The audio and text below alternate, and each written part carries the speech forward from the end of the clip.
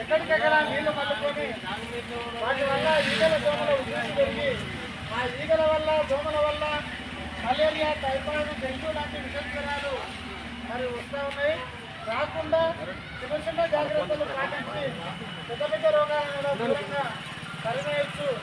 అన్నం పైన, కూరల పైన ఎప్పుడు మూతలు ఉండే విధంగా చూసుకొని మన ఇంటి పరిసరాలు, ఇంటి చుట్టుపక్కల అల్లం, వయ్యారి బామ లాంటివి ఉంటే శుభ్రపరచుకొని, అదేవిధంగా మిగిలిన అన్నం, తరిగిన కూరగాయ తొక్కలు అవన్నీ ఇంటి పక్కల పడేయకుండా మరి ఈ చిన్న చిన్న జాగ్రత్తలు తీసుకొని ఈ దోమల వల్ల, ఈగల వల్ల వచ్చేటువంటి రోగాల నుండి మిమ్మల్ని మీరు రక్షించుకుంటారని కోరుకుంటూ, విషజ్వరాల కాలం వచ్చినది వినండి మీరంతా, తిరగనండి మీరంతా.